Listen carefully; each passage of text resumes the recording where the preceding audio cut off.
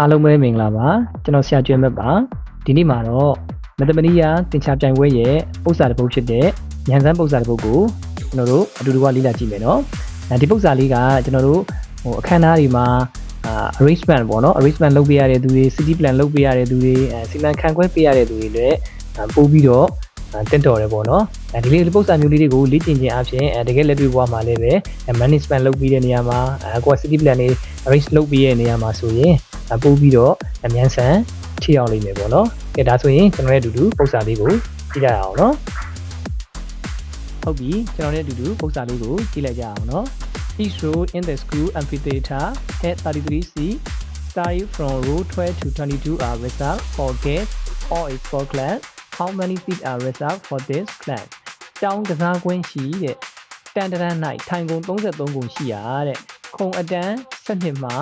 22ထိပြီတဲ့အားကစားအဖွဲ့တစ်ဖွဲ့ဤဧည့်သည်များအတွက်ဥထားရတဲ့ထိုင်ကုန်အရေးအတွက်ညီမဥထားသည်နည်းဆိုပြီးတော့ထိုင်ကုန်အရေးအတွက်ဥထားတဲ့ထိုင်ကုန်အရေးအတွက်ကိုလေးထားတာပဲဖြစ်ပါတယ်ဟုတ်ပြီဒါဆိုရင်နောက်တစ်ချိန်ဒီပု္ပ္ပစာလေးကျွန်တော်တို့တခြားလေးပြန်ကြည့်လိုက်အောင်နော်ကျောင်းအားကစားကွင်းရှိရဲ့ခုံတန်းတန်း၌ထိုင်ကုန်33ကုန်ရှိရတယ်တန်းတန်းမှာသူ့ရဲ့ information အရာပေးထားချက်အရာ33ကုန်ရှိတယ်ခုံအတန်း7မှ22ထိခုံတန်း7မှ22အထိဒီတဲ့အားကစားအဖွဲ့တစ်ဖွဲ့ဧည့်သည်များတို့ဥထားရထိုင်ကုန်အရေးအတွက်မိများဥထားတယ်နည်းရဲ့အဲ့ဒါဆိုတော့ကျွန်တော်တို့ကထိုင်ကုန်အရေးအတွက်ကိုလေးထားတာပဲဖြစ်ပါတယ်ဒါဆိုရင်ကျွန်တော်တို့ကမျက်စိမှာပြည့်မြင်လိုက်ရမှာကျွန်တော်တို့အောင်းကျောင်းအားကစားပွဲတွေပေါ့ကျွန်တော်တို့ဘောလုံးပွဲတွေမှာကျွန်တော်တို့ကြည့်မှုရမြင်မှုတို့ပဲပေါ့နော်ကျွန်တော်တို့ဒါမှမဟုတ်လက်တွေ့ဘဝမှာဆိုရင်ကျွန်တော်တို့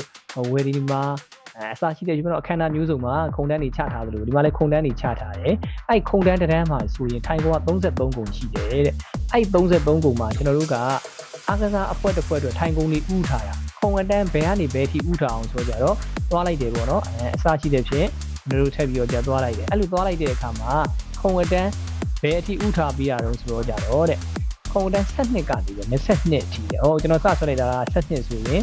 ကျွန်တော်တို့အဆုံးသတ်မှာပေါ့နော်ဒါလေးက22လို့ပဲကျွန်တော်တို့ယူဆကြည့်ကြပါလိမ့်ပေါ့နော်22လို့ပဲယူဆကြည့်ကြပါဒီခုံတန်းလေးကဒါဆိုရင်ကျွန်တော်တို့ကခုံအရေးအတွက်ဘယ်လောက်ဥထားတာတော့လို့ကျွန်တော်တို့ကိုမေးထားတာပဲဖြစ်ပါတယ်ကဲဒါဆိုရင်ဒါလေးကကျွန်တော်နံပါတ်တက်လိုက်မယ်မျက်စိနဲ့မြင်အောင်ခုံတန်း7ဒါလေးကခုံတန်း22အဲ့ဒီကနေပြီးတော့ဒီကနေပြီးတော့ဒီအထိကိုခုံတန်းဥထားတာဒါဆိုရင်ခုံတန်းတစ်တန်းမှာ33ကုန်ဒါဆိုရင်သူကခုံအရေးအတွက်ဘယ်လောက်ဥထားတာလို့မေးထားတာပဲဖြစ်ပါတယ်ဒါကြောင့်ဒီနေရာမှာကျွန်တော်တို့အရေးကြီးရဲ့ key point ကဘာလဲဆိုကြတော့ဒီလိုပု္ပ္ပစာမျိုးမှာဆိုရင်ကျွန်တော်တို့ကအရေးကြီးတဲ့ key point ကဒီစာသားလေးတွေကအလွန်တရာမှအရေးကြီးပါတယ်ပေါ့သူကဘာလို့ဆိုလိုတာတော့ပေါ့နော်ဒါဆိုပေးထားတဲ့ပု္ပ္ပစာလေးကိုကျွန်တော်တို့ကအသေးစိတ်ကလေးကြည့်မယ်ဆိုရင် from row 12 to 22လို့ပြောတာ row 12ကန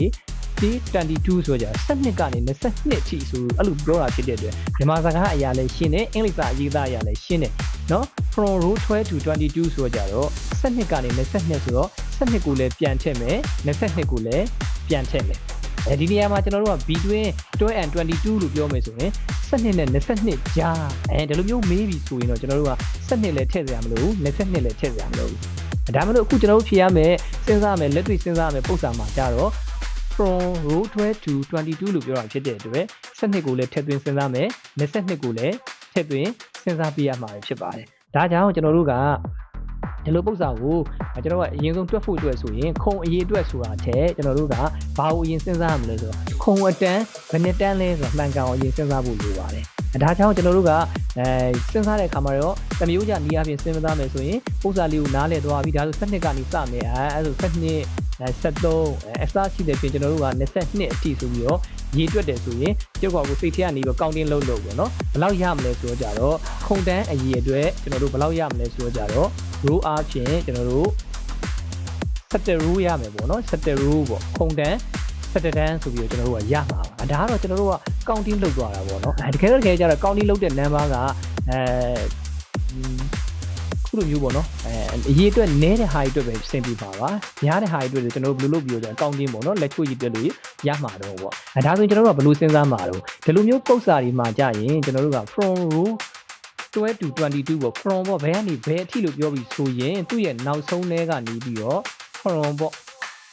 ဘယ်ကနေစ12ကစတယ်ဆိုအဲ့12ကလေးကိုနှုတ်ပေးမယ်သူ့ရဲ့ formula ကစတာကိုနှုတ်ပေးမယ် စတာကိုနှုတ်ပေးတာဥမာအဲ့12တီကို22တီကိုပြန်ထည့်ရမှာဖြစ်တဲ့အတွက်သူ့ formula အရာကျွန်တော်တို့က +1 ပေါင်းပြရမှာဖြစ်ပါတယ်ဒါဆိုရင်ကျွန်တော်တို့က22ထဲက12ကိုနှုတ်တော့30ရမယ် +1 နဲ့ပေါင်းလိုက်တော့11ပေါ့ဒီလို formula လေးကိုသုံးမယ်ဆိုရင်တော့ပို့ပြီးတော့ဉာဏ်ဆန်ထိရောက်စီမှာပဲဖြစ်ပါတယ်ဒါဆိုရင်ကျွန်တော်တို့ကခုံအရေးအတွက်ကိုလိုချင်တယ်ဆိုရင်ကျွန်တော်တို့ကသူ့ရဲ့ပေးထားချက်အရာက1 row မှာ33 စီပေါ့နော်ထိုင်ကုန်33လုံးရှိတယ်ဒါဆိုရင်11 row ဆိုရင်ဘယ်လောက်လဲပေါ့ဒါဆိုရင်သိကျင်တယ်ဆိုရင်ကိုသိကျင်တဲ့အရေးအတွက်နဲ့တစ်ခုံမှာရှိနေတရိုးမှာရှိနေတယ်ပေါ့နော်တဒန်းမှာရှိနေထိုင်ကုန်အရေးအတွက်နဲ့ကို multiply ကောက်မြောက်လိုက်ရုံပါတယ်ဒါဆိုရင်ကျွန်တော်တို့အဖြေထွက်လာမှာပဲဖြစ်ပါတယ်ဟုတ်ပြီအဲ့ဒါဆိုတော့ကြတော့ကျွန်တော်တို့ကအဖြေမှန်လေးကဘယ်ကောင်လဲပေါ့ကျွန်တော်ရွေးလိုက်တဲ့အခါမှာ A B C D E ပေါ့ကို့အတွက်အဖြေမှန်ကိုကြည့်လိုက်တယ်ရွေးချယ်လိုက်တယ်ဘယ်ကောင်လေးလဲ363ဆိုတော့363 C ဆိုတော့ကြတော့နံပါတ် C လေးကအဖြေမှန်လေးပဲဖြစ်ပါတယ်ဟုတ်ပြီနောက်ဒီမှာလည်းဒီလိုစိတ်ဝင်စားတာကောင်းတဲ့ပုံစံလေးတွေကိုမျှဝေပေးဖို့သွားပါဦးမယ်เนาะအားလုံးကိုကျေးဇူးတင်ပါတယ်